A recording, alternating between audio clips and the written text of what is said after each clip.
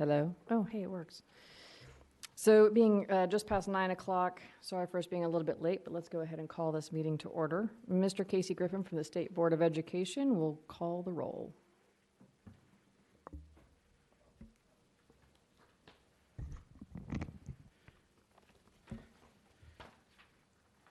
Commissioner Burns. Present. Commissioner Dixon. Present. Commissioner Gresham. Present. Commissioner Jones. Present. Christopher Jones. Commissioner Yolanda Jones. Present.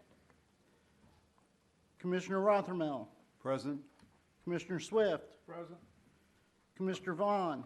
Present. Chairman Scarlett. Present. Madam Chairman, you have 8 members present. Excellent. A quorum being present, we are duly convened. Thank you, Casey. Welcome, Vice Chair Vaughn and Commission members. It is so great to see your smiling eyes and faces, for those of you that have masks on. Sure, you have all either read or heard recently the 2021 TCAP results, which unfortunately have reinforced some of our fears about the academic learning loss over the past year and a half. Unfortunately, as we all recognize, with the Delta variant, this virus does not seem to be letting up and continues to fuel a continued debate about what's best for students of all ages. The Education Recovery and Innovation Commission recommendations are to prepare Tennessee to accelerate learning of today, as well as to modernize our education system so that future pandemics or natural disasters do not affect our students' access to learning opportunities.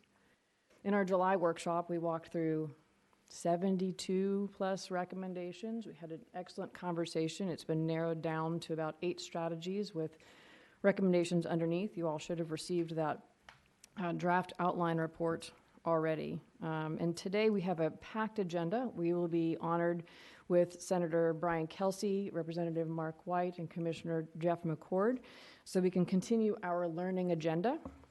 But with that, and pursuant to Section 6 of our commission meetings policy, our workshops are meetings of the commission as a committee of the whole.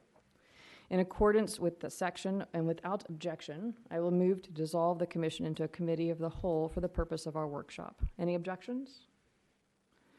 No objections, so we will move into our workshop. With that, I will turn it over to Ms. Jennifer Scheiss. All right, good morning. It's nice to see you all. As Tara said, we do have a lot to do today, and we will get through it. So I'm going to go over a little bit of stage setting for what we have on deck today. We have 2 primary goals, in addition to hearing from our guest speakers, is to share and discuss feedback on the report outline, which you received a couple weeks ago, and which we've already gathered some one-on-one feedback from you, and we'll be playing that back for you today and talking about potential changes and reconsiderations of things that you discussed prior. And then we'll also determine whether there are additional recommendations to add. So coming out of the meeting in July, there were additional topics and questions that you all raised, and we've been sending you information in the interim for your consideration, and we'll go through those recommendations or potential recommendations as well for you to deliberate. We do not have 70 plus items to go through today, so you're welcome. But we do have some serious conversations to have and some points of disagreement on the feedback. So it'll be an interesting and hopefully productive conversation today. So right now we're doing our overview of goals and agenda. I'm going to do a little bit of a recap on where we've been and where we're going, just to set the stage for our discussions today. As Chairman Scarlett said, we will have a discussion with Senator Kelsey, Representative White, and Commissioner McCord, have an opportunity to hear from them about their priorities, as well as get some reactions and feedback to your work so far and give you an opportunity to have some conversation with them. And then we will have 2 big work blocks to discuss feedback on the prior recommendations and new information as well. In the middle of that, we'll break for lunch.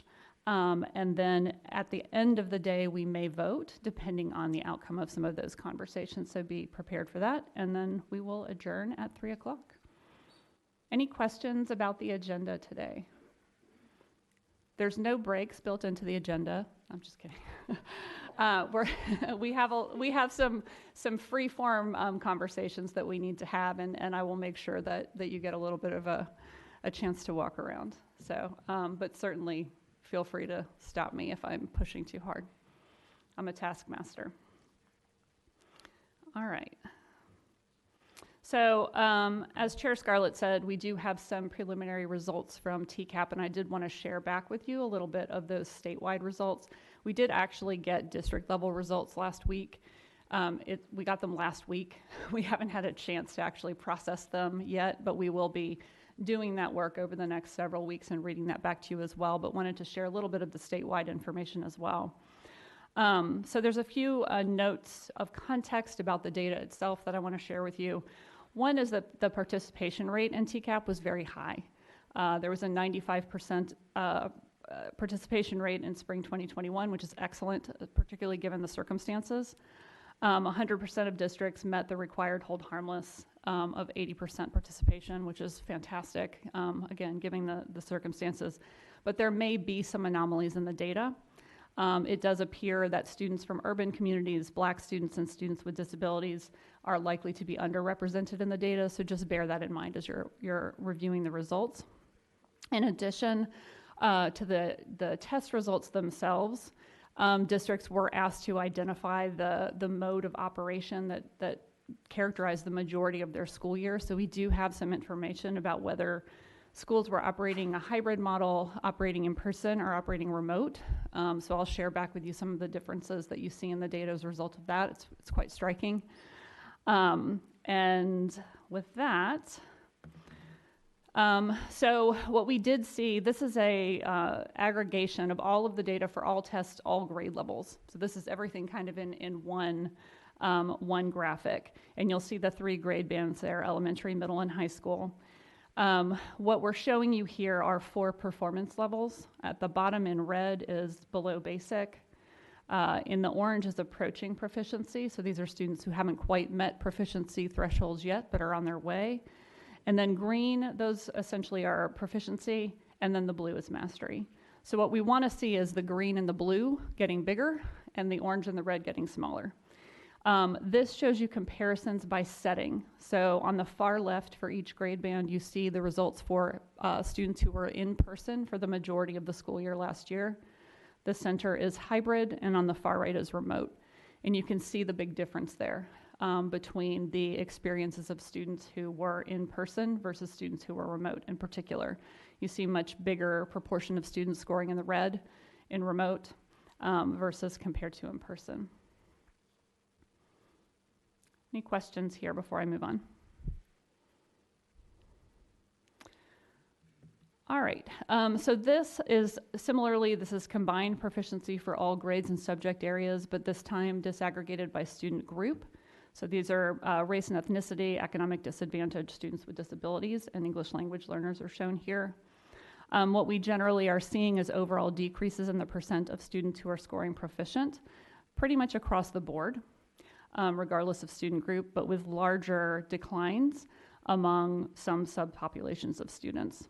So 69% of students were not proficient across all subject areas and grade levels. That's up from 63% in 2019. And the students who were most negatively impacted are students who are economically disadvantaged, urban and suburban students, and English language learners and students of color. So these are not surprising results, even if they are disheartening. This is pretty consistent with what we're seeing nationally as data are starting to come out from other states as well. Questions here? Jen, I seem to recall, at least the media reported, 69% of our students, well, only 30% were disadvantaged. And yet, so I wonder, that means 70% are not disadvantaged.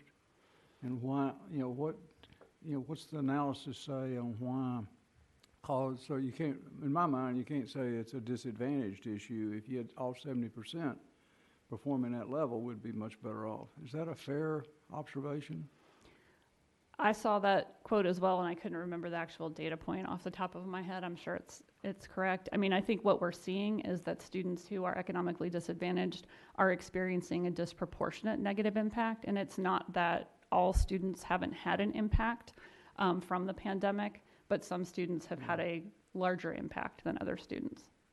I think it would be helpful in our report to be able to call out key observations from the data. Absolutely. 'Cause my guess is that clearly will come up. One of my stakeholders brought that up.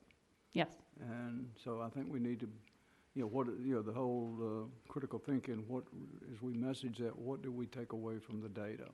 Absolutely. And, as you know, we have a whole trough of data to go through. And one of our charges is to analyze that data for you and play it back for you for inclusion in your report. So we will be taking a look at that district level data, which I think will tell us a lot more even than these data, which tell us something. So as we talk about disadvantaged youth, the 30%, we need to be able to talk about the 70%. Yes. Okay, good. All right, so looking at results by subject area, and we're just going to look at ELA and math here, although there are results for science and social studies as well in the overall data. I just don't have them here today. But these are the combined English language arts or ELA proficiency scores by all grades and by student group. So what we're seeing here is that overall 71% of students are not scoring in a range of proficiency for ELA compared to 65% in 2019. 86% of economically disadvantaged students are not scoring in a proficient range in ELA, up from 82% in 2019.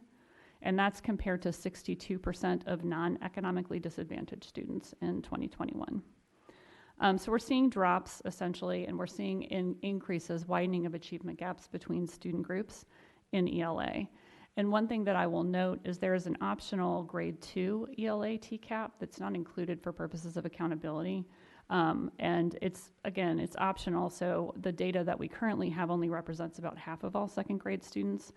But the drop in ELA proficiency was most pronounced among those second graders, which is worrisome given, what we know about third grade reading levels and how that is kind of a predictor and a bellwether for students' academic trajectories. So something to bear in mind as you think about particularly what needs to happen in the next 2 or 3 years. Questions on ELA before I move on to math? Not a question, but a comment. I think we've known that we've had this problem with English language arts reading at an early grade, and I think the legislature did a great job this past January in putting together some strong policy. We haven't seen the results of what happened over the summer in regards to whether the summer school had any sort of effect for those students who needed it most or not. I think that's going to be really important for us to understand more of how the execution is really affecting the proficiency of those students. And just another comment, we knew it was a problem before. It's become a massive problem, not just for Tennessee, but certainly across the country, specifically because we're talking about Tennessee. You look at those kids that are Black or African-American, English learners, Hispanic, students with disabilities, all of those more vulnerable students that we have talked about since we first got together almost a year ago. This is heartbreaking. This is a massive problem. It's not only a massive problem for those individual students, it's a massive problem for the families, it's a massive problem for those local communities. This is something that we have got to figure out a way to address. Just a comment. Jill, an observation as I went through the data, we in our report draft so far, we talked about literacy. I don't see much about numeracy. And you figured probably an old math major like me is going to bring this up. And as critical thinking, analytical problem solving are more and more key to industry and career, we need to be able to call out the numeracy. And I know the math scores, in one case, were down 14%, huge drop in math. And so just an observation for packaging this together. I want to echo what Commissioner Scarlett just said. And as I look at this, I can't help to bring in my medical training background, is that if anyone comes into a situation, in a very acute situation, you try to handle that acute condition first. So if you come in respiratory failure, I'm not going to worry about your hangnail right now. it's time to worry about, and I know that hurts you, and I know it's uncomfortable. I had to hang out. It's like, oh my God, this really hurts. But I have to make sure that your respiratory system is taken care of first. And so I just want to try to insert us maybe to look at this in a different paradigm a little bit and take care of the acute respiratory or bleed that we're having. Commissioner Scarlett pointed out one, but also I think where we talk about technology and using, because we're still in COVID. I mean, actually the cases are getting more, and if you check your hospital system, if any one of us gets sick right now, we're probably not going to get care. It's just that critical.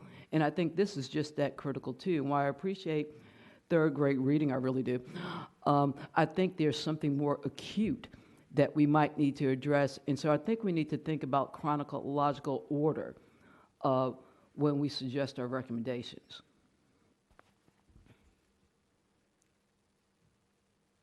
All right. Well, to Commissioner Swift's point, I want to point us to math a little bit here. And we are going to talk about numeracy later today as well. So, as has been the case in other states and across the country, the impact on math scores has actually been greater than the impact on ELA scores. And that's what we're seeing here.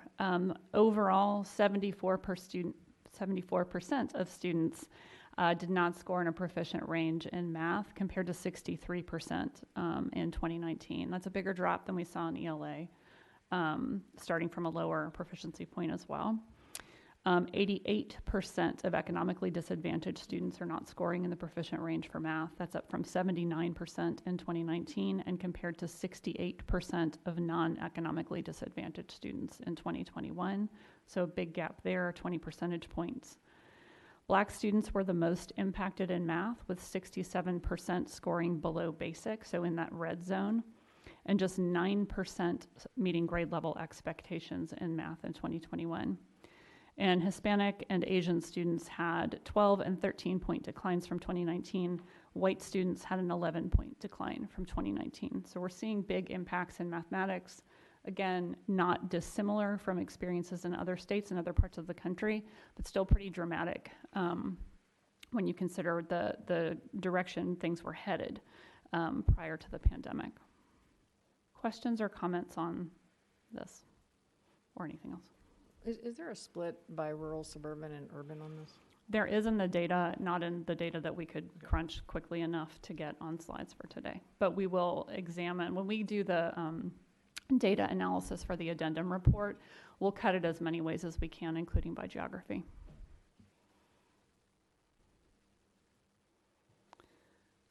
So Tennessee has submitted a plan for how it will begin to address these challenges from the state level to accelerate learning.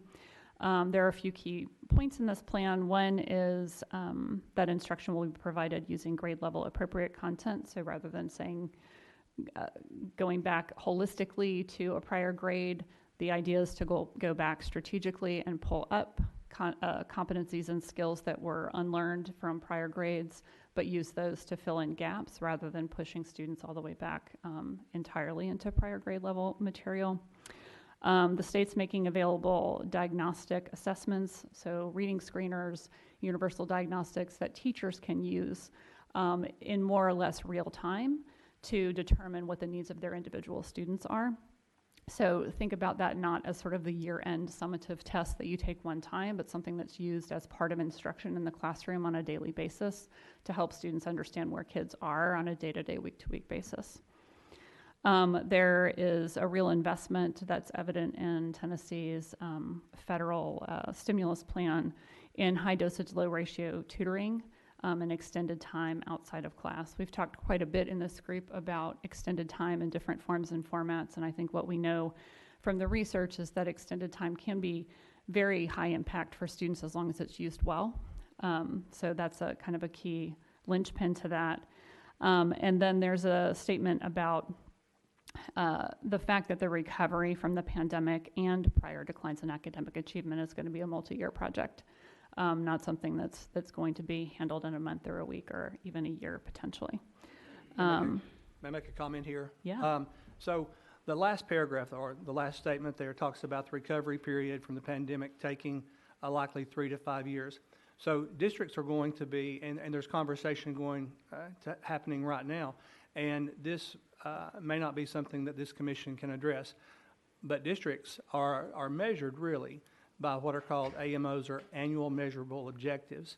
And right now, the way things are formed, we will go back to the year of 19 to set that growth year. So by nature, going back to the year prior to the pandemic, the data is automatically going to look even worse for several years. So that is something that may come up in some conversations we have today. There's no reason for AMOs to be set using 19 data when we know that we have this learning loss.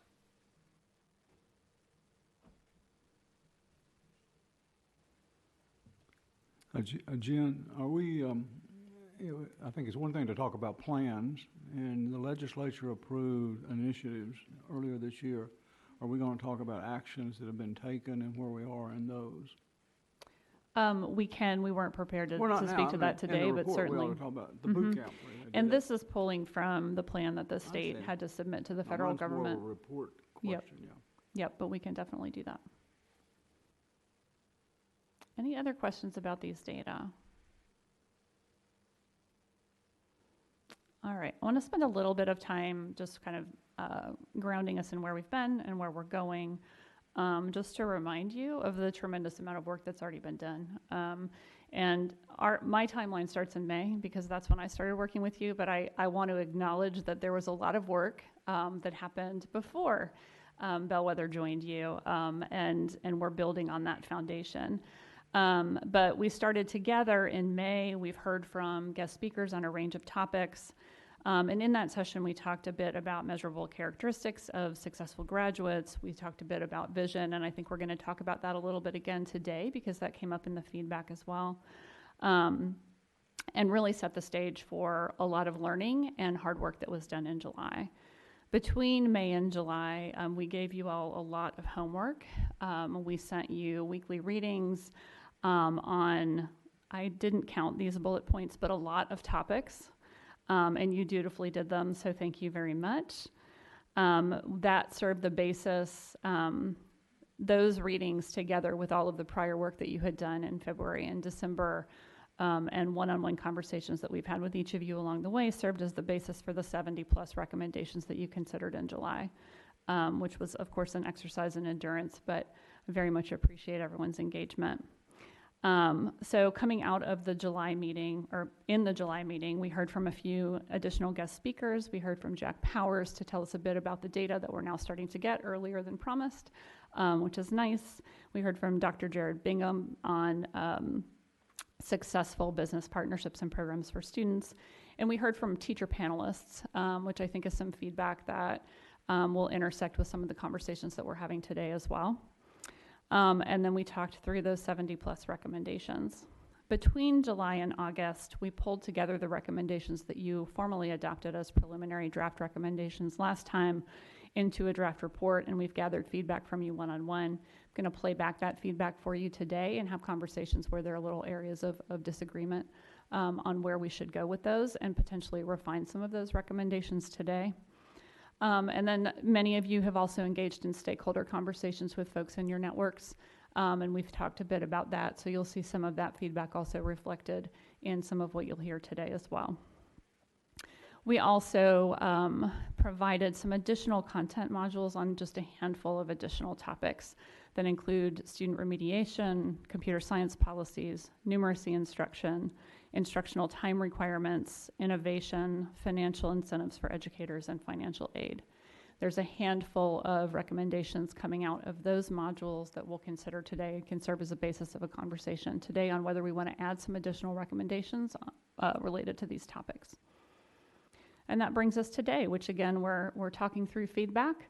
We're hearing from our elected officials, and we are going to determine whether there are some additional recommendations to add to the work that you did in July. Any questions about where we've been or where we're going, or comments?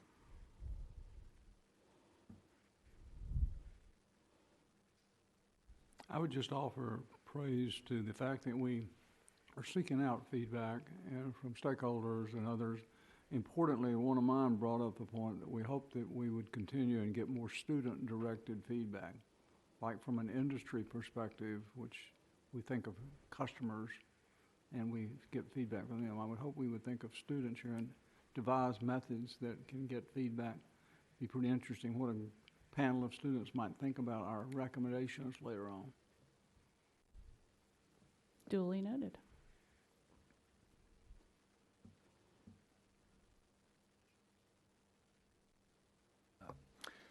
I wanted to mention just, and this is somewhat related to what we're discussing here, but certainly to our discussions last time. Dr. Sarah Morrison, who serves as the executive director of the State Board of Education, has joined us in the audience, and we had a number of discussions last time about things related to educator prep and some of that. So if we get back into that area, amongst other things, she's certainly an expert on a lot of teacher and leader prep areas and issues, amongst everything else related to Tennessee education. So, and Dr. Dale Lynch has joined us this morning he serves as the executive director of Tennessee Organization of School Superintendents, and we're very pleased to see him here. All right, so where we're going next. So between the today's meeting, and our November meetings, we're going to bellwether. We will be working on 2 documents in parallel, and we'll be asking for your individual review time and feedback on both of those pieces as we develop them. One is the Year 2 report. So we will be taking all of the information that we've done in July, that we discussed today, information coming out of the modules, et cetera, and pulling together a draft of the full report that incorporates your feedback and new ideas from today's meeting. And we'll be workshopping with that with you on a one-on-one basis in the hopes of getting to a pretty good draft by November. In addition to that, and in parallel, I've mentioned a couple of times, we're going to be working on the data analysis for the Year 1 addendum. So we have the data in hand. We're starting to do that work, but we'll be drafting that full addendum and providing that similarly to you all for your review and feedback and revision, so you can have a look at that, and that will obviously inform the Year 2 report as well. So that is what we will be doing between now and November. If there are additional questions, topics, areas of study that come out of today, we can support those as well. And then in November, we'll have a lot to potentially wrap up, and we'll be considering both the Year 2 report and the Year 1 addendum in whole in that meeting. At least that is the plan right now. Any questions?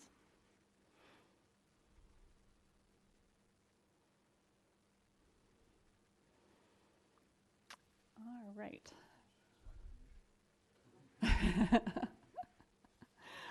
All right. So today we're going to focus most of our time working through feedback on the draft outline.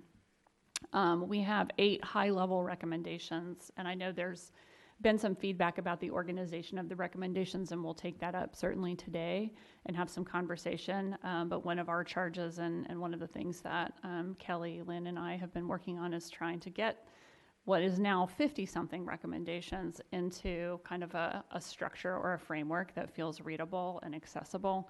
And so what we ended up doing was kind of putting them under 8 sort of larger thematic recommendations.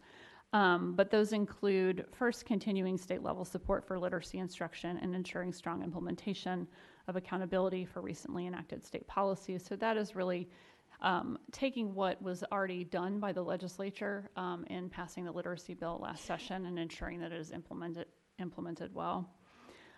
Second, continuing and expanding state-level support and accountability for high-quality programs that address learning remediation and acceleration.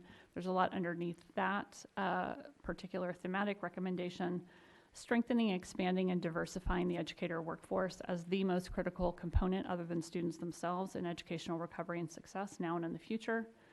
Supporting schools and districts in addressing students' well-being in order to support their executive functioning, academic success, and preparation for career. Optimizing the capacity for flexible, high-quality options for instructional delivery to maximize opportunity for students and ensure an adaptive and resilient education system. That is where both kind of recommendations around technology and infrastructure, as well as ensuring that systems are prepared to flex between different instructional models. Strengthening existing and creating new opportunities and pathways for students to progress through high school at their own pace. So that's the high school redesign category. Streamline existing and create new opportunities for learners of all ages to access and succeed in post-secondary opportunities to support lifelong learning and an adaptive and responsive workforce. And strengthening alignment across K-12 and post-secondary systems through career. So those are the high-level thematic recommendations, and there's 50-something things underneath that, and we're going to talk about some of them today. I want to orient you to what you have in front of you in terms of paper. You have an agenda. You also have a copy of the feedback slides. We will be broadcasting those slides, but wanted to give you a paper copy in case it was useful for you to flip back and forth as we're talking to see other pieces and parts.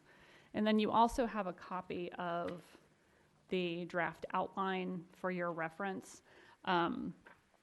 In the slides, you'll see we've only pulled out the specific recommendations that we're going to talk about where we got a lot of feedback, but I recognize you may want to see all of the recommendations under a particular theme together, so that's why we've provided the copy of the draft report there for your perusal. All right, we are running ahead of time. We can, yeah, okay. We have time for one more comment from me, and then I promise to be quiet. Please don't be quiet. Comment away. Overall observation, wonderful work that you and the team are doing. When I step back from this and look at it from a 30,000 feet level, I know we have the specifics in there, but should we call out what we're doing around recovery and also around innovation? It seems to me that a lot of trends today, and I hope we'll be able to capture some of those trends of technology-enabled innovation, things that we're doing a lot of those, but should those be called out somewhere in our 8 high-level, here are the innovative kind of things, here are the recovery things? I think that's something we should talk about. I think that kind of goes to how we're organizing things, and I think we got a few different pushes and feedback around innovation in particular, and I think that'll be a topic for conversation today. You chartered us to go talk to stakeholders, and this was one of the comments that came back from me as I packaged my story to the stakeholder. I had to put that together myself, which, again, it's there, and I don't mind doing it, but, the reader, how do we make it more readability around, here's a commission on on recovery and innovation. Show me what I need to know. Yeah. Just an observation. No, I think that's a really good push, and I think, with a body of work that is as voluminous as this one currently is, I think we're going to go through a couple different, probably structural iterations here until we get it right. We do a lot of work like this where we're working with pretty comprehensive bodies of knowledge, and we call this phase the messy middle, where we have a lot of information on the table that we're really working to kind of corral and figure out exactly what is the right messaging in organization and how are we ensuring that the points that we want to make most clear are popping out. So it's really important for us to hear that feedback from you, because that'll give us some guidance as to sort of what are those top line takeaways that you really want to pop out of this material. Wall Street Journal had an excellent article last Thursday on the history of everything, future of everything, and it was specifically dedicated to education, so that the major trends that are happening. So my sense is we would be well served to be able to talk about that. Yes, yeah, okay. Agreed. And there's a lot of research out there. Yeah. Just to reinforce what you're saying, Glenn, some of the feedback I'd provided was, what do we want people to walk away with from this report? What are those key 1 or 2 takeaways so that people can make it, regardless of who's reading this, they can take away very easy snippets of information that helps explain the direction that we're recommending. So I'm right there with you. All right, so I think our plan is to skip ahead to year 2 report outline feedback and new ideas. We're going to start with the feedback. So we've organized the feedback from, and don't worry if you can't read what's on this slide. This is a summary of later slides. We've organized the feedback that we heard from you all into 3 different buckets. One is feedback on existing specific recommendations, and that's where we're going to start. There are new topics and potential recommendations coming out following our July meeting. And then there's bigger picture feedback. And I would put, some of the conversation that we were just having around how to organize the report and what kind of those top line takeaways into that category. We're going to tackle that last. And the rationale for tackling that last is that we may see some additional changes or get some additional sort of insight into how to approach that high level feedback in the course of the conversation about specific recommendations. So hopefully our thinking on that works well, but we can certainly switch order if we feel like we're in an unproductive space. So want to remind everybody, in July we did align on a framework of criteria for what we could consider as we're thinking about whether a recommendation is good, bad, or ugly.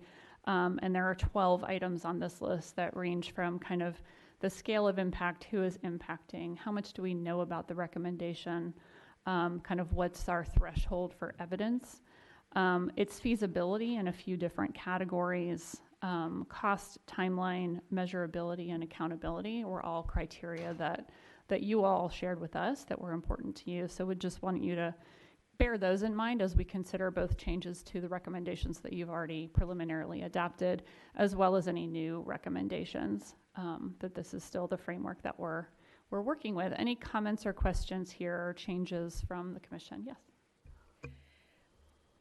I have to say, too, that the work that you have done is just amazing, trying to pull everything that we've been talking about and thinking about and kind of chewing over in our minds about what some of these top primary issues are. Now, I have amazing perception for the obvious. And so what looking at these things, the paperwork that you have put together for us to review, is that we never talked a lot about higher ed. Was that something that we decided that we weren't going there? We seem to be all on K through 12, which is not a bad thing. That'll keep us busy for now and forever. But we didn't go into higher ed. And I know there's some ideas out there about higher ed. Did we decide not to go there, or is it just something we just didn't get that far? I'd go on. Well, I noticed that as well, and I know that was one of the biggest initially when we were discussing we were going to include all, so I did notice that as well. Well, and two, because we're talking about teacher preparation in higher ed and, obviously in general, but did we decide not to go there, or we're just not there yet? This is just, as you say, the first draft, and anything else that comes up. I mean, this is a developing discussion and consideration that we're doing. So I just want to say we need to talk about higher ed if we haven't yet, but obviously we need to go through what we have on the agenda today. That's not forbidden territory. I just want to establish that it's not Definitely forbidden not territory. forbidden territory. Okay, great, thank you. Definitely look at this K through workforce. So for sure, if there's areas that we need to supplement on these recommendations, we just need to make sure we make a note of it and include those recommendations we go through, because we've certainly had rich and robust conversation about higher ed and the development of workforce and other Right. kind of how do we make those connections between K-12 Right, through because we keep talking post-secondary about through that workforce. streamlining that process into post-secondary, Yep. so. I think that's a really important piece to make sure that we are including in this. I see there are bits and pieces of it scattered throughout here, but Right. to your point, there's not really an intentional, the way we're reading it here is not really intentional just for higher ed. And maybe also to Commissioner Chisholm-Burns' perspective earlier, in regards to thinking about this from a chronological perspective, I think there could be an opportunity for us to look at this from a different perspectives, but I think that's a really good point from both of y'all. Thank you. Yeah, Dolores, to your point, I think it's very important that we have metrics that would say, for example, no industry person would have to go outside the state to hire a person. We will have the talent inside of Tennessee to fill their needs, whatever it's, is it academic, is it, industry specific, not for profit. So that would be a metric, and if we don't have the talent, they'll go where they need to.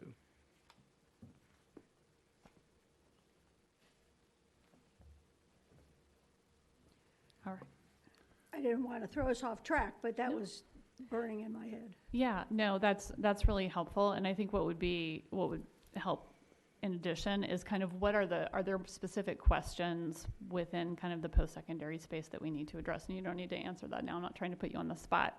But as we're deliberating today and thinking about where there may be gaps, calling out those areas explicitly would be helpful to us so we can make sure that we get you what you need. Well, if I may, and since we're in a workshop and we can kind of have more general and looser conversation, so what we're getting into here is what items of revision from the previous meeting, because we did a ton on higher education last time. I mean, there was, in terms of suggesting a complete look at the transfer pathways process, the funding formula, the aspects of the dual application for every student so that they're applying simultaneously at the community college and the university, the reverse transfer and articulation process that we got into, every bit of, I mean, at least half of the high school renovations we've talked about are about the junior and senior year and how we work in the TCATs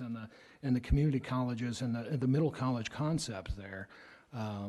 So is it just that we felt that was more clear from the deliberation we had last time? It's not that those things they're not going anywhere, right? I mean, every bit of that's going to be put in. This is just, correct me if I'm wrong, we're highlighting what we think needs a little more refinement or discussion. Is that right? That's right. Everything that was adopted last time is obviously still in.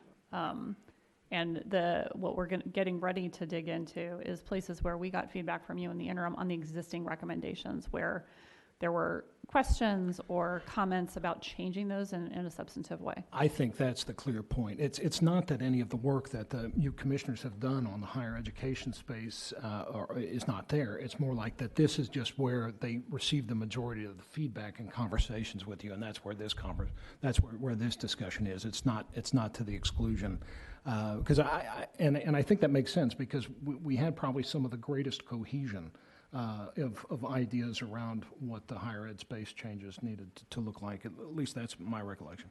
That's right. And in this document, you'll see the full list of recommendations that was voted on last time. That includes all the things that we are not planning to talk about. And I should have said this at the outset. We've tried to kind of cull a list of places where we think there is the most need for conversation and discussion, where we think there's a likelihood that there may be some changes, or there's some places where there's maybe not as much consensus that we need to have a conversation about. That doesn't mean we can't have a conversation about other recommendations. And certainly, as we're sitting here today, don't feel hemmed in by what's on the slide. If there's something in another recommendation that we should be talking about, certainly raise that. We're not trying to limit the conversation, just trying to put some structure around it, because we are trying to grapple with still quite a large volume of material, but don't want to take things off the table for conversation, certainly. Sorry if that wasn't clear.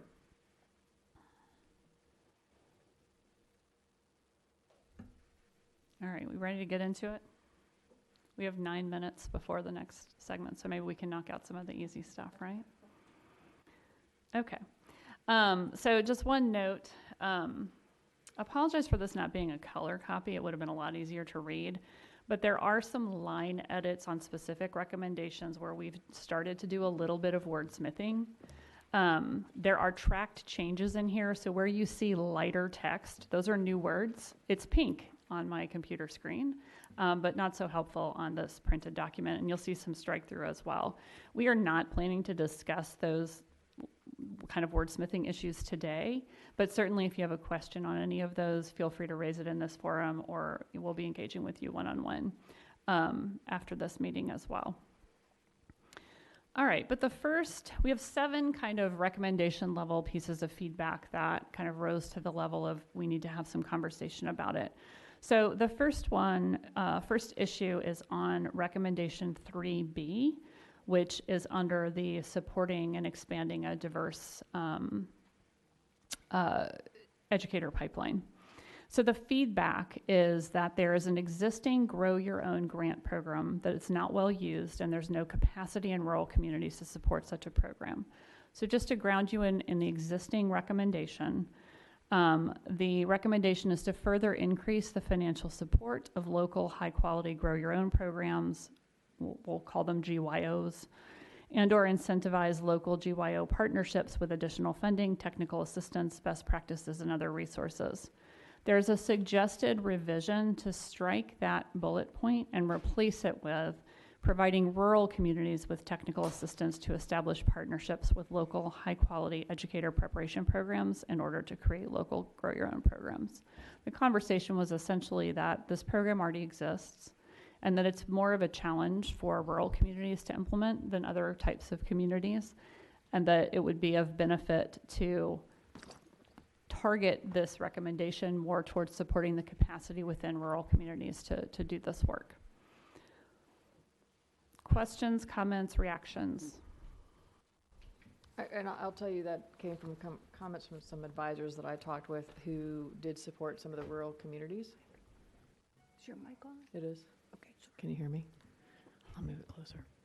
A lot of the rural communities, you know, there are grants that do exist to support this sort of effort, but they don't have the technical capability in the local rural communities to have this come to life. And so that was a lot of the conversation had to do with how do we best support those rural communities, whereas in the urban communities, it already exists. So, you know, I think there's could be provide more perspective from those that are maybe, Joey, you can provide us some more perspective. So when I look at this, so living in a rural community, if you are a school district that is close to a university that provides teacher education programs, most of the students that go through those programs are going to stay in that area. I mean, Murfreesboro, good for Murfreesboro and MTSU because they hire a lot of new teachers. I think one thing we may be missing here, so my mind went to tying this together. Our high schools have the ability to have within their CTE classes, future teacher classes. So they begin that thought process there.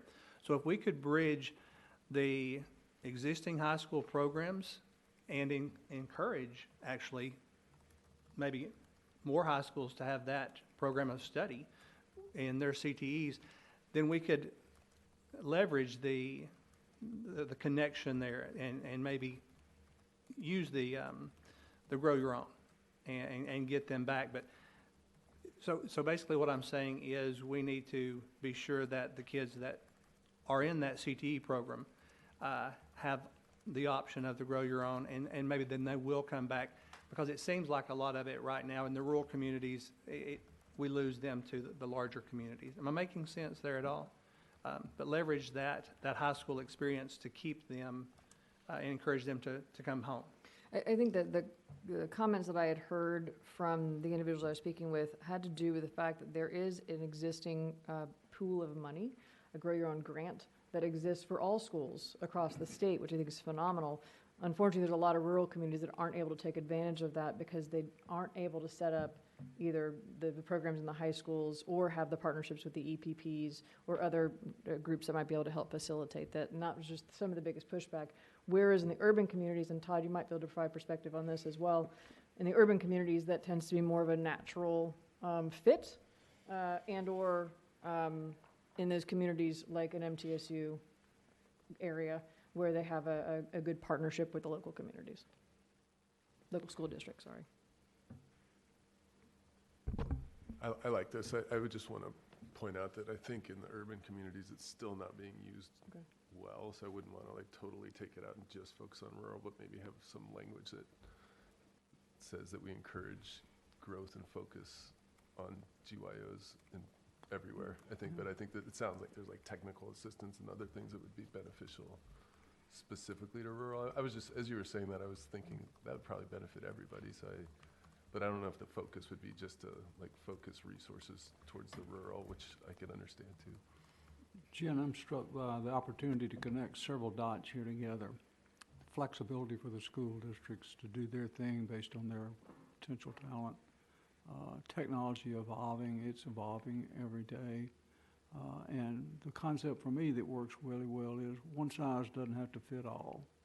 And I think today we've evolved from that, but we still have a one-size-fits-all, what's high school like. So to me, this would be one of those areas that we would support that rural community and as they evolve to meet those standards. So it's just an observation to connect some dots together. And it was a priority in some of my stakeholders that they customize the education experience for the desires of the career aspirations of the students. Is this just a wordsmithing thing? Like, for example, provide communities, comma, especially rural communities, comma, da-da-da-da-da? And then you just get the emphasis so we could bring in Commissioner Dixon's and Scarlett's combination. I know, it sounds like a hurricane, doesn't it? I think it's the air conditioning or a banshee. I think that wordsmithing does make sense on how to help change this. Okay, so what I'm hearing I is, think the essence of this is listening to everyone talk is that, and similar to other conversations we've had, the state has already gone through and put together some great programs and put funding behind it, but a lot of the districts are not able to take advantage of it for one reason or another. And this is one example of not being able to take advantage of a pool of money that currently exists to help support the continued growth of teachers. And so this might be an opportunity for us to look at this as a wordsmithing shift and support all communities. okay, so what I'm hearing is essentially we want to emphasize capacity building among rural communities specifically within this, but not instead of Yeah. broader support for GYO. I'd also like to welcome Commissioner Dr. Chris Jones to the team here, and I think you also have something to say. Well, you're kind, and I'm sorry I'm late, and thank you for the welcome. Commissioner Scarlett, you just said in that statement, for one reason or another, they're not being well used, and I do think that part, that for one reason or another, is important. Do we have data, or, you know, as an example, the feedback here is there is an existing GYO grant program that is not well used. Do we think that expanding funding will increase the use? Is that part of the thought here? Yeah, as I understand it, the funding is not being used. So of the block of money that exists currently, it's not currently being fully used. And some of the reason, at least in the rural communities, is that they don't have a team to help them through that process. Got it. Because their team is already spread pretty thin. Got it. Perfect. Thank you. So I'm wondering, the way Grow Your Own is working, the locals take it and try to partner. So it's the K-12 that's actually making that push. I wonder what it would look like if higher ed was the ones that they have people in their programs, and I would love to have more student teachers. I would love to have, so I'm wondering if maybe higher ed had some input into that rather than it being strictly through the local. We might have more participation into the rural communities as well as to the urban.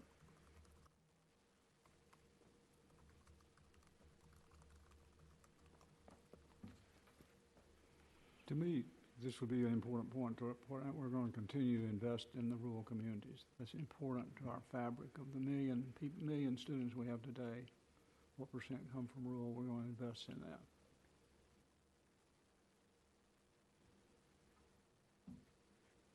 Joey, to your point about the higher ed partnerships, we've not talked about an incentivized type program that would, have we talked about that? No, we've not talked about an incentivized program to be able to highly encourage, but it's incentivized, the post-secondary institutions to be able to partner with the local districts to create those grow your own programs. Now, I will say in this same section, we do specify as one of our recommendations to require teacher prep programs to set diversity goals around enrollment and completion and report on annual progress. I wonder if there's something, because I had some concerns about setting diversity goals from that perspective, but I wonder if there's something along the lines that we would like to provide a recommendation to incentivize post-secondary institutions to work with their local districts, since they are already setting diversity goals based on what the local districts are doing. On the flip side, there are a lot of districts that don't have post-secondary institutions near them. And I think that is additionally a big challenge for those communities. But it could just mean a bigger opportunity for the post-secondary institutions to expand their reach.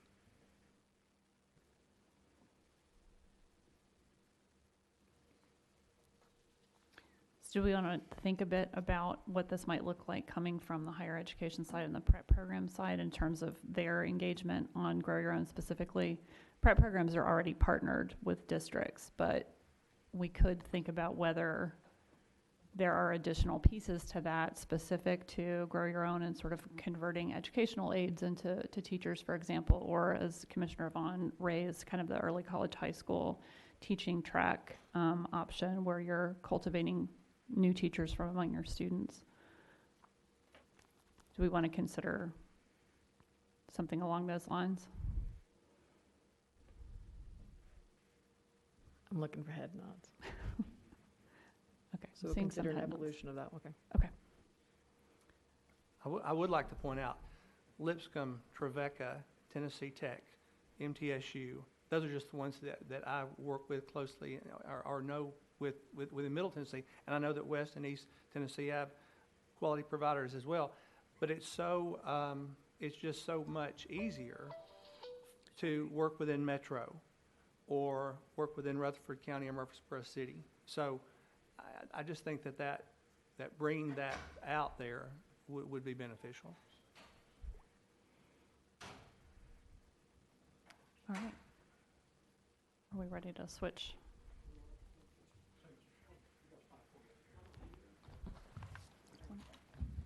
Oh.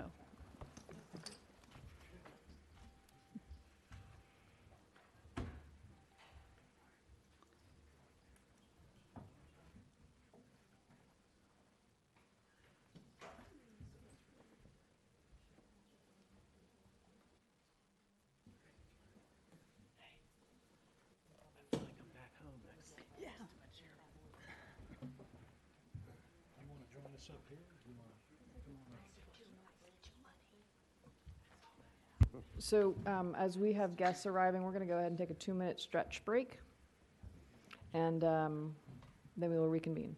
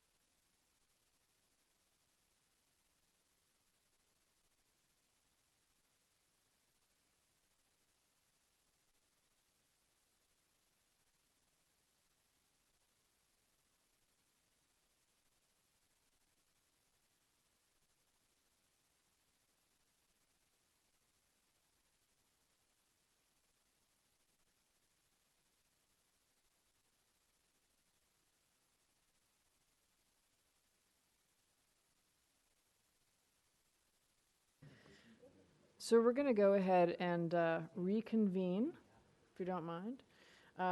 We have Commissioner Jeff McCord here from the Department of Labor and Workforce, Senator Brian Kelsey, who is the chair of the Education Committee, and I believe I'm sitting in his seat at this point.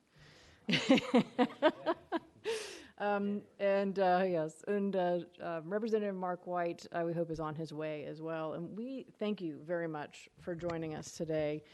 We've had a series of really great meetings over the past 9 months. We were convened in October of last year, and we've been meeting, I think, almost every other month at this point, and having some really deep discussions. Have a lot of people have come to speak with us. We've spent a lot of time reading about national innovations, local Tennessee innovations, and great things that are happening here, as well as we can look at the data and see that we have some challenges when it comes to learning loss or persistence through college, and certainly some of the challenges we see going into the workforce, specifically from an employer's perspective.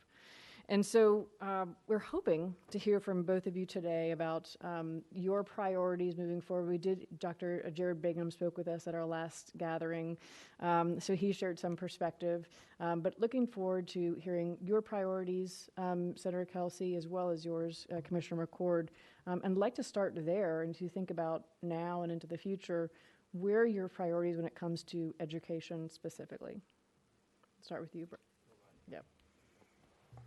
Well, thank you very much, Madam Chairman, and thank you, all of you, for being willing to serve on this extremely important committee, because the work that you are doing will pay benefits to our state through many generations. I mean, certainly for this current generation of students who are there right now, who are facing problems that none of us ever had to face in school and that none of us ever really imagined they'd have to face. And it's an open question right now as to what will be the long-term effects of, for some students, missing an entire year of in-person learning.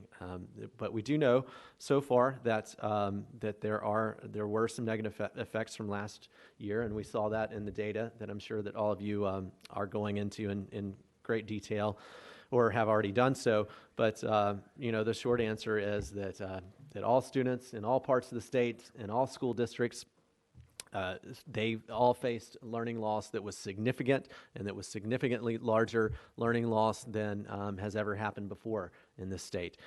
And we know in particular as well that those school districts that began in-person learning as soon as possible and as quickly as they could safely get to that point, they saw fewer effects of learning loss. And that's, I think, not surprising to any of us either. We have had virtual schools in the state for many years now. I believe, Senator Gresham, that you actually sponsored legislation to create that. And in many instances, it can be and has been very effective. But when you take large public school systems that have not had virtual learning, and then you force them into virtual learning on a dime very quickly, then it's understandable that many of them had trouble adapting to that. And so in that instance, that virtual learning that took place was not helpful. So I think that's one of the things that we need to have a continued and renewed focus on going forward, is to make sure that we get these students and keep these students in the classroom. I mean, there's already talk about going away from in-person learning, but we've got to keep them in the classroom. We've got to make sure that every child has the opportunity to be placed in a learning environment that is the best for that particular child, and that's the best for their family situation as well. I would encourage this committee to think big and think bold in terms of all of the efforts that you have available in terms of your recommendations to the state. I mean, look, I'll just say it very, very bluntly. It's a lot easier for you guys who are not going to be on the ballot next year to make recommendations than it is for those of us who actually have to vote for those, for or against those recommendations when we are going to be on the ballot. So you can say and get away with things that we can't necessarily say and get away with. And so, feel free to think big and bold and make big, bold recommendations, whether they're ultimately adopted or not. I encourage you in that effort.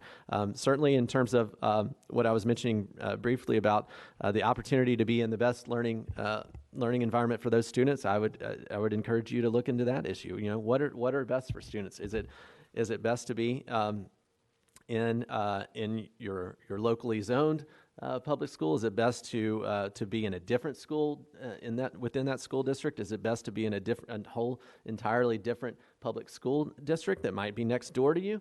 Is it best to be in a charter school? Is it best to be in a private school learning environment? I think that all of those things should be looked at, and I hope that the General Assembly will continue to look at all those options. And then another, a third and final thing in particular that I played a role in the legislation that we just passed under our last special session in January that the governor called to address the learning loss issue. And by the way, let's give Governor Lee tremendous thanks and respect for addressing this problem head on as early as he did before we ever even started our regular session back in January, and for putting out many potential solutions out there that we put in place. I think hopefully it will be tremendously helpful. These summer learning camps that we had this past summer, I've heard some very positive feedback from teachers and administrators on how those went. Hopefully the ideas in regards to the tutoring, I think going forward with this new school year, I hope that will be extremely helpful to those students who are receiving the tutoring. And I think that in my mind, that could be maybe even the most important of all. But I don't know. Again, we haven't really implemented that. And so that's where you guys taking a look at that and what's working and what's not working and what could be helpful in that respect would be helpful. And then the third and final one, though, was with this issue of third grade literacy. And I think probably all of us who have been involved in education, we constantly hear the mantra that prior to third grade, you are learning to read, and after third grade, you're reading to learn. And it's been ingrained in me enough over the years from my former Chairman Gresham that I believe it. And I think that is something that the state should always focus on. And so we also passed legislation that I was integrally involved in regards to ensuring that third graders can read by the time they've finished third grade. And if not, we're going to put some very directed, focused work on that. You're going to either have to go to summer school, or you're going to have a tutor, or both. Let's do both if we need to. Whatever we need to do to get these students up to grade level. And then we have to be serious about, for those who are not at that point where they are going to be able to comprehend the fourth grade and above material, then we need to make sure that we're keeping them in an environment where they're still learning to read, and so that they can get that skill down before we just throw them into the water without the ability to swim. So I hope that you will take a look at that third grade literacy effort as well. And I know there have been conversations in regards to that issue, and so I'm hopeful that you could make some recommendations there too. But again, mostly I just want to say thank you for all the work that you're doing and the efforts that you're making to really concentrate on such an important topic. Thank you. Senator Kelsey, if you don't mind, since I know you've got to head out in about 10 minutes or so, want to ask you a couple more questions in regards to that, and then Commissioner Record will then ask you the same questions or similar questions. A couple things that you mentioned. One, in regards to the summer learning camps, we just had a brief discussion about that this morning. Are you expecting to see any results from those camps from this summer? Actual testing results at the end of those camps? That is a good question. I have not heard about that. And so that's a very good question, because obviously we want to be measuring the things that we are putting in place. Well, that was, Tennessee, we're lucky. I think we've had great conversations about a lot of great policy that Tennessee has put into place. And while that is key, execution is everything, as we all recognize. And we've had a lot of conversations about measurement, what works, what doesn't work, accountability and responsibility. And so I think that would be an important piece. You'll certainly hear a continued conversation coming out of this group in regards to understanding what is working and what's not working. If I can interject one more point, if you don't mind, Madam Chairman, I appreciate that, and you're absolutely right. And that's an area that needs improvement for sure. On the third grade literacy piece, we did put a requirement in there that at the end of those summer learning camp opportunities, whatever they're called, that there would be some sort of testing that takes place at the end of the actual summer. But you're right, if we don't learn about whether these things worked or did not work until the end of, until May or June or July or August of 2022, that's too late. You mentioned kind of a second thing that you mentioned was what is best, helping ensure that we have education that's best for students and families so they can make the best choices for themselves, regardless of what type of school or where those schools are. We have not had a robust conversation about school choice. We also have not, and this is outside of this commission, but we don't talk a lot about choice over county lines, because it is very restricted to what is in your district. You can live up right on the edge of, I live in Davidson County, right on the edge of Davidson County. What if you want to go to Sumner County to go to school? That's not the way we currently talk about things. Is that something that you all have talked about from a policy priority standpoint? We have had legislation introduced for the past several years in regards to that topic, and I think that we've had a good discussion about it, but I don't think that we've addressed it in as robust a way as we need to, and I think that we absolutely should be thinking as a state about those things. I think other states have done that successfully, and there are times in which it does work. I mean, sadly, the best examples that we have in my part of the state in Shelby County are they all regard athletics, right? And it's about getting, one player who wants to play on a better team in a different school district to move over, and that's the tail wagging the dog. We need to be talking about this for all students, and if others have other motivations, then that's fine if they want to participate. But right now, there are some interdistrict agreements that are in place, and so if you want to switch districts, you can pay a small fee if there's a difference in the tax, and the taxes that are involved in it, for example. You can do that right now, but as a statewide policy, it's something that we have neglected to address. We've talked about it, but we have not addressed it, and I think that this group could be very helpful in those regards.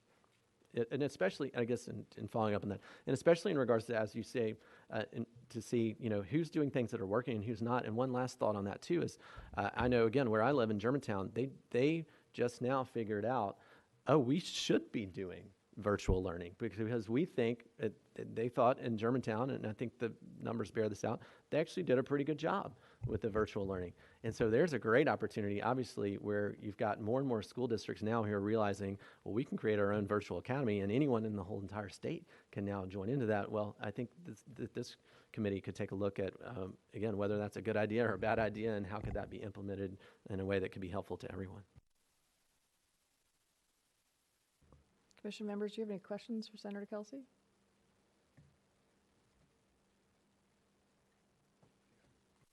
If I may, I'm a product of West Tennessee also, so thank you very much for being with us. Would like to probe just a little bit on the understanding of the classroom and why is it being in class is better? Is it the curriculum?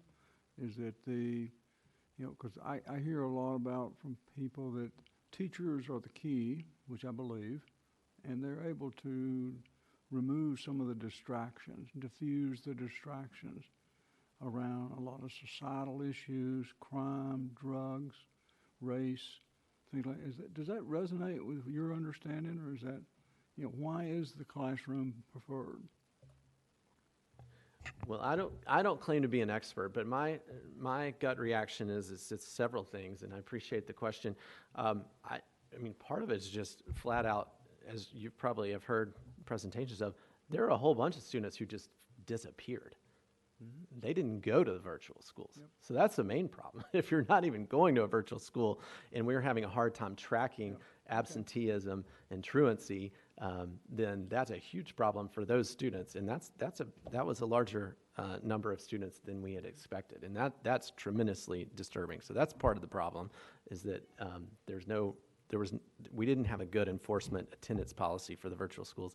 And the second part would be also somewhat related to that, and just in the sense that, I mean, I'm a lawyer by trade, and so I've now, for the first time in my career after this past year, I've made oral arguments in front of judges and courts in states all over the country, in the Third Circuit Court of Appeals. I've done them by Zoom, and I'll tell you, I get Zoom fatigue.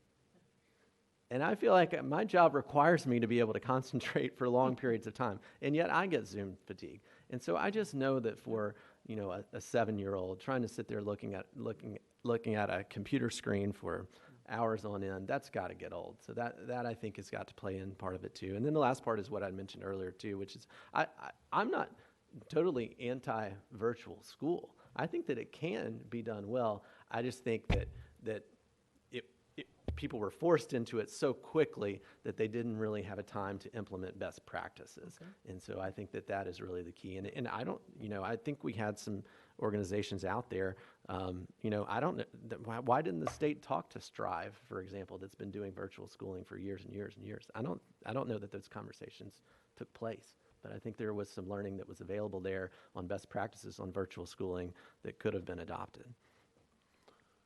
Just one quick thing, just because I worked on this for many years on the online learning.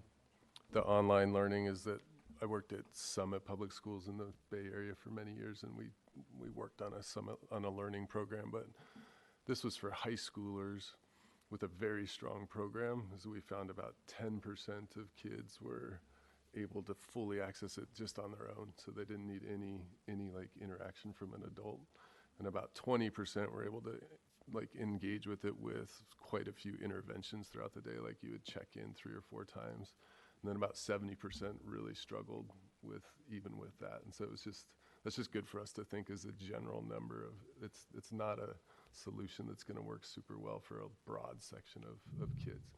And they find this for adults too. It's actually very similar data for adults too. So it's not just like a low income kid, it's across all sorts of kids that are struggling and adults. So if I'm hearing it right, as we segment students, customize education, clearly there's a place for online. That's what we see at the university for a level. subsection, Yeah, okay. Just want to make sure. Thank you. Any other questions? I have one last question for you. Going into next legislative season, end of that session comes, if you had your perfect way, what would be the top 3 things that you would see come to life when it comes to education? That's a tough question. Honestly, a lot of what I hear these days, to be perfectly honest, it all revolves around the curriculum that's being taught in the schools and not necessarily the method that it's being taught in. And I think that, people feel that there is a much greater need than in years past for more and more civics education. This is another thing that our former Chairman Gresham has pushed very much. I think that there seems to be a lack of understanding of the qualities that have made American democracy so strong and so lasting. That I think should be our number one focus, really. And I know that's probably not, again, it's not necessarily the most intuitive thing to think about, but as a legislator who's out there in the community and going to the grocery store and hearing from people and phone calls and texts, that's the number one thing I hear. Number one thing I hear is they feel like, here I am sending my student to a public school system, and they're coming back and they're not appreciating, and they're being taught that America is evil, and they don't appreciate that. Why am I paying tax dollars for that? So that's an issue that's not going to be on your top 10, but it's one that I hope that now you will hear about and think through. And then, as I say, I think thinking through and getting right the 3rd grade literacy piece, I would also put in there as top 3 going forward, is how can we implement this in a way that is really focused on those students who need the most help, that actually does provide them with what they need to get there, to get the help that they need so that they don't have to be retained. And then the third and last piece of that is just, so who are those students that we do feel like are left in that category of they do need to be retained? And what do those students look like? That I think could be extremely helpful to get that worked out through the next year as well. And and then, again, to further think through some of these ideas that Speaker Sexton has put out there very publicly about school choice in particular, and how should that interact with the idea of learning loss and loss of personal freedoms. I think I would also add that to my list of the top 3. Thank you.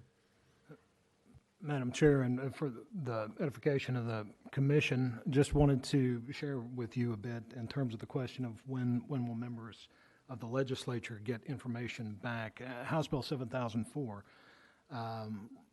requires a progress report. LEAs and participating charter schools shall submit the results of all pre- and post-test administered during the summer learning camps by the 1st of September 2021, and the department shall develop a Tennessee Learning Loss Remediation and Student Acceleration Act progress report and submit that to the governor, the Speaker of the Senate, and the House of Representatives, and the chairs of the education committees by November 1.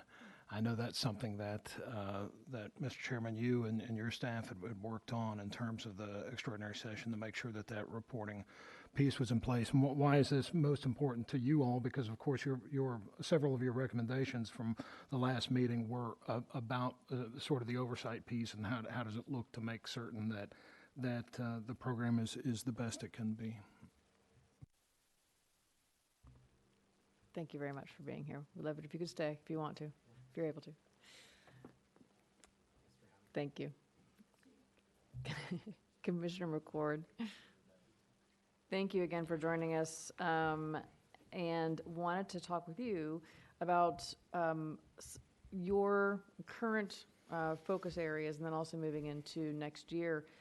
Our biggest part of the conversation has been the transition for students coming out of K-12 or post-secondary into a workforce. Talked a lot about apprenticeships and things like that. You and I have had some conversations about the apprenticeship program. So really want to understand what your priorities are specifically related to that space. Sure, and I think it'd be helpful just to frame the problem, the bigger problem as we see it, and then talk about K through 12 as a part of the strategy to solve that problem. So our going into the pandemic, we talked about the skills gap. So we had a mismatch between the skills that people coming into the workforce had and the jobs that were available. So we still have that. That hasn't gone anywhere. But one of the things that has come alongside is labor force participation has become a major issue and probably the issue. So labor force participation rate is the amount of percentage of population that participates in the workforce in your state, in your country, wherever the case may be. And so in Tennessee, there's only 2 states in the Southeast with a labor force participation rate over 60%. In Tennessee and Georgia are those 2. Our sister states like Alabama and Mississippi have in the mid 50%. So, you know, we're working our way to only half the people working in that particular state. And you can see it reflected both in the data. So the jobs opening data that the federal government has is the highest ever recorded the last couple of months. It just keeps beating the records, but you don't have to go there. You can just walk outside and see you can get things closed just because they can't find people to work there. So a few things there. Part of the issue, well, the whole issue really, is we've been going through this demographic shift, and we've been seeing this demographic bubble coming, so the baby boomers coming through the workforce. We haven't been having children in the numbers that we did before, and so that population of people available to work is starting to shrink. In addition, we have 25 to 54-year-old males leaving the workforce. Where they're going, we don't really know, but it's probably no place good. We also have a situation where the baby boomers have left the building. The pandemic, they, for the most part, they said, hey, that's good, I'm good. We are as wealthy as we've ever been, so they, as a country, so they have the means to leave the workforce as well. So all that comes together to form our issue. Now, added to that too, there's been competition for employers, wage competition for the last year and a half as well with the enhanced unemployment benefits. And so all that comes together to create for us a labor force participation issue. So the department as a whole, well, how do you solve that? You have to engage populations that may typically not be included in the workforce. For example, reentry, previously incarcerated folks having that really come to the forefront. We have an adult ed population. I know Senator Gresham is very aware of this, that more people without a high school diploma in the state of Tennessee that actually are enrolled in high school, and they're usually disaffected with work. So we have to really be intentional in that. And one you might not think about is military transition. So military transition, military members returning from service are a much higher percentage of unemployed than the unemployment rate. 80% of them don't really know what they're going to do when they finish. And so all these we're going to have to grow that population, and there's the demand to do it, and we're going to have to grow that population in ways that we did not before. The employer receptivity, the demand side has gone up, so there's a lot of opportunity in that calamity. These are not things we've not been trying before. We're just the ability, the demand wasn't there to overcome whatever barriers there might be. Okay, those are all short-term, mid-term. The long-term is to introduce kids, excuse me for saying that, I probably shouldn't have said that, students, to work. And a sustained and substantial effort on work-based learning programs so that a 16-year-old, 17-year-old understands what that work is anecdotally, and we're working on getting the data. By the way, I believe all your grades go up in every other class when you are engaged in a very strong work-based learning program, and you learn to work by working. And what we don't want to do is chase them after they've transitioned. If we can get them in a robust work-based learning program, which could include pre-apprentices or apprenticeships. We've seen that across the state. My DeWalt drill, which I love, is made in Jackson, Tennessee, probably by a 17-year-old. I've seen them do it. And there's examples that we can scale across the state, and we're really seeing the interest there pick up as well. And again, employers being more than willing to include that, not as a altruistic move, but as a solving a business need move. So that point in the pre-apprentice and apprenticeships, which we did not have the ability to do 2 years ago, and now we have the infrastructure to do that now, is part of the large push too. I think for us, we solve all these problems with an 8-year-old who can read at third grade level and a 17-year-old with a little bit of work experience. A lot of things get better if those two things happen.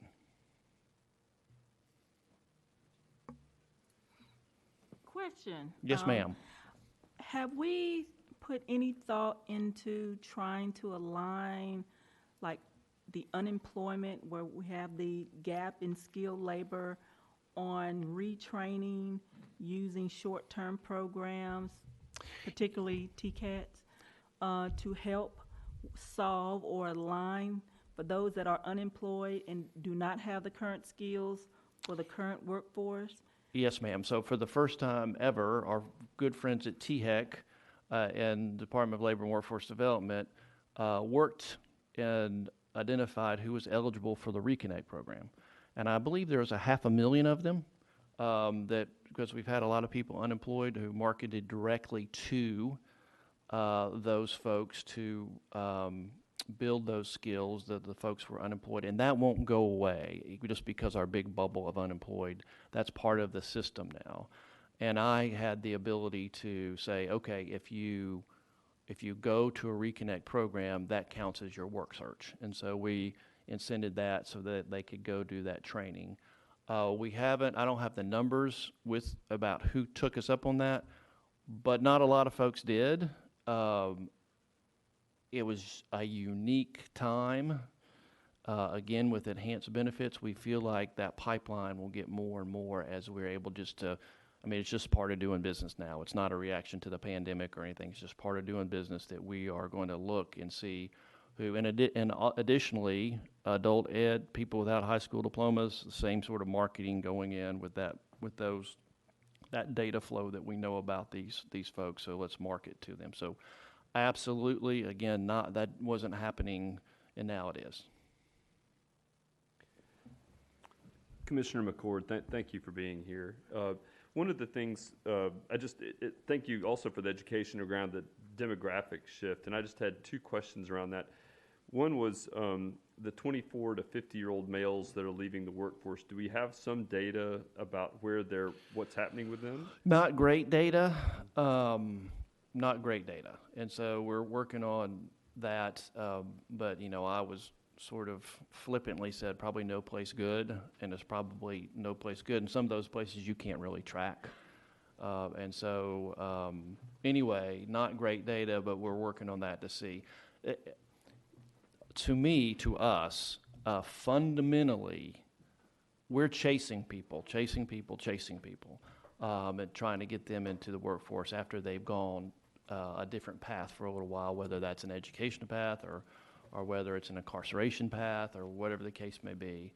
It's incredibly important for us to do the intervention at the source, to have these options for work-based learning at the source.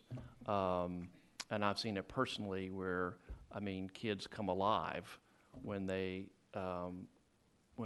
get on a CNC machine for the first time, and they're smart at it, and and then they make a little money, and you get this whole turn, and a lot of times they're not the straight A students that they are, but they're still another very good way for them to go, and as opposed to go sideways. So long term, that emphasis on work-based learning in programs and that infrastructure that we need to build out better than we have now is really important to us. Well, I had one other question, but I want to, if the commission doesn't mind, I want to follow up on just what you said about source.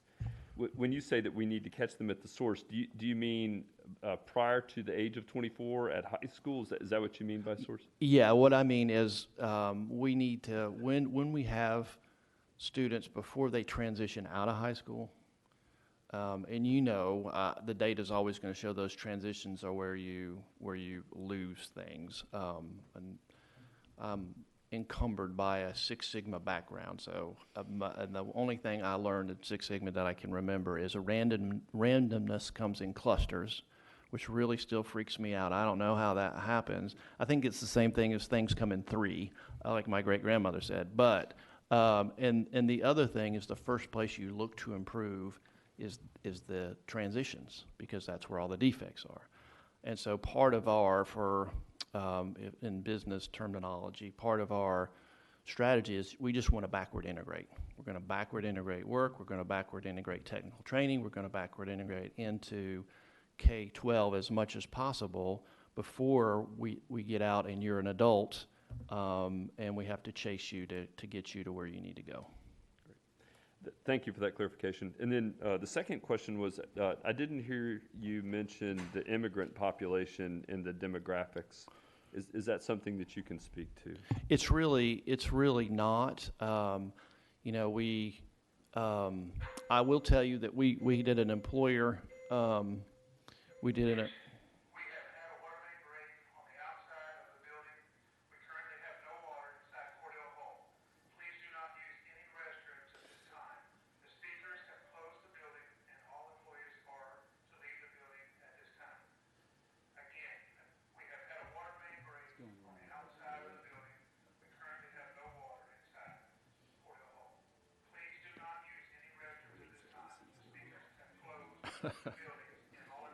I'm fine to stay for a few more minutes.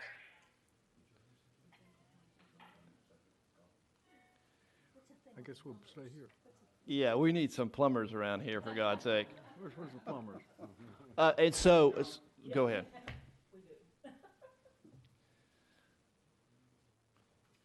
Why don't go ahead? And maybe we'll have to leave here in a minute. Is it hard to get data around immigrants in the workforce? Well, no, it's not. And so people who are in the country illegally, obviously it's hard to get. I do know that the Hispanic population has the highest labor force participation so they're at 84%. And going around the state to talk about exactly what we're talking about here right now, employers are starting to push. They know some people who want to work, but they can't hire them. And so that dynamic is going to be, I would anticipate that being I like the term legislative season even better than session, but I think that's probably going to be some of the conversation that happens because they're trying to fill a business need. And so the illegal population know we do have good statistics on especially the Hispanic population. And that labor force participation rate there is where we need to aspire for all groups. Again, I echo, thank you very much for being here. It strikes me we have a tremendous opportunity that you've highlighted on how we can collaborate to increase the labor force participation. We've got a captive audience of students in the classroom for about 6 hours or so a day. If we prepare our mentors and teachers to connect education better to work and doing that, seems like to me there's a lot of good things could happen here, how we connect those two together. It does, and commissioners. And my last one. Oh, I'm sorry. And industry help us with that. I think we need to somehow connect up with industry and be a part of that. Right, and so I think in the past, so first thing, Commissioner Swint, this is a common strategy between the DOE and labor and actually ECD and a lot of other agencies as well. What is different now is the demand is there. In the past, we may have relied on the altruism of an employer, and that lasts till the next management change. But now the demand side is there, which gives us a great opportunity. We're seeing employers want to participate who never would have participated before across all those populations, just because they have the need to do it. And it's our job to show them and connect them to the common infrastructure that we have. Go ahead, I'm sorry. Okay. Well, thank you for being here. Let me see if I can fire this off before they kick us out. Okay. So you talked about Lean Six Sigma, so I want to bring in economics 101. So what we have is an increased demand, a decrease in supply, and I love the idea about going to the high schools, hitting that transition. But when you have this increased demand, decreased supply, incentives has to come into the equation. And so can you speak to that, and do you have a model where this has effectively worked?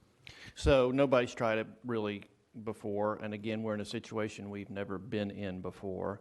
We know from the data from work-based learning and reentry programs or whatever the programs are, and health outcomes, a job is at the center of quality of life for that. But no, there's wage pressure. If you have a supply demand and it's on the demand side, is you're seeing wage pressure, and you see wage pressure, rising wages across, and it is incentives, but there are some companies who aren't struggling at all. So it's a combination of incentives and wages and just good management, and the ability to show a progression for somebody who comes into your workforce, which an apprenticeship program, for example, is exactly that. And that's why the retention rates on apprenticeship programs for employers who use that is much higher than retention rates without employers. So, no, we're in some uncharted ground. It took us a long time to get this far behind, and so there's again, we were talking earlier. This is a problem, but it's a fun problem. This is what we're supposed to do, is to, again, build that common infrastructure so the employers can do. And it's a great opportunity, again, to engage populations that we've never been able to really engage before. So you're not familiar with any models, even in other countries, where this, I mean, you're right, this is a perfect storm, if you will. Yeah, well, so a model like apprenticeship programs have been around, and especially in Europe, for quite some time, and have been very successful in Europe. There's it's sometimes confused with union participation, which it doesn't necessarily have to be. It's with slotting, which doesn't necessarily have to be. But and yes, in Europe, the work-based starts to happen in a lot earlier than they would here. Exactly. The demographic shift that we're seeing, the dropping out of the labor force from males, is nothing we haven't That's nothing that we've seen before, so there's a lot of new. So one of the things the commission has been looking at are teachers and teacher shortage. I historically have had no problems filling jobs. Right now, I have 3 open teaching positions. In your work, is there anything? I'm glad you said that. Absolutely so. I'm not sure when it's going to be announced, but we'll just go ahead and do it right now. So we have been working to build those pipeline of teachers. And so with Commissioner Schwinn and her group, we will soon be able to have basically an apprenticeship. Well, it's not basically, it will be probably the first in the country apprenticeship program for teachers. So you can take your staff people and get that in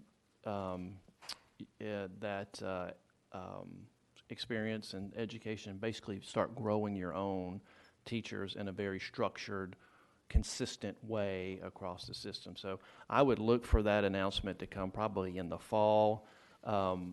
We are in the process of the state being able to issue those credentials. We're not there yet, so we have to go to the federal government, so it's a little bit slower, but I would look for an announcement for that coming soon. That's great. Another, I appreciate that. Another thing, when we started this work, one thing that has kind of been an aha moment for me is, and it may not be, it may just be I'm missing it, but there seems to be a disconnect between K-12, higher ed, and workforce. Not a disconnect, we're all going in the same direction, but is there anything at the state level that is making sure that all 3 of those groups are communicating and in the same place? So, and I will go back to apprenticeship right now. Structurally, it requires it. So if you're going to participate in an apprenticeship program, that connection has to happen. And it's by definition a public-private partnership, so it has to happen. And so, yes, we're a year and a half in.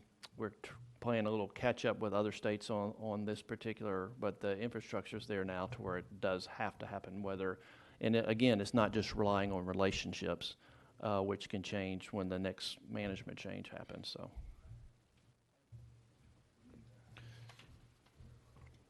Commissioner, notwithstanding the uncharted waters that we are trying to navigate these days, what kind of feedback do you get on our high school grads and our college grads? Certainly, Business Roundtable probably talks to you about the quality of our college grads and certainly our high school grads. Can you share some of that? Yes, so feedback? just anecdotally, I think the theme would be very smart, very bright, very anything positive that you want to say coming out. I think the other side of that coin would be, say, and not really matched for my job. And I think that's where we still have, again, that's the skills gap, the mismatch between what might be on the demand side and what's on the supply side. And that's just anecdotally. I don't have any data that shows that, even though we know the high demand in technical jobs are the ones most going unfilled pre-pandemic and also post-pandemic. Commissioner, I cannot tell you how much we appreciate you being here, and I have a lot of more questions, and I think my guess is the other commissioners have some other questions too. Unfortunately, as we all recognize, we're being told to leave the building. So we are going to have to adjourn this meeting. We will have a special called meeting sometime in the next couple of weeks to finish our business of today. So thank you all, but we are adjourned. Please leave. Don't.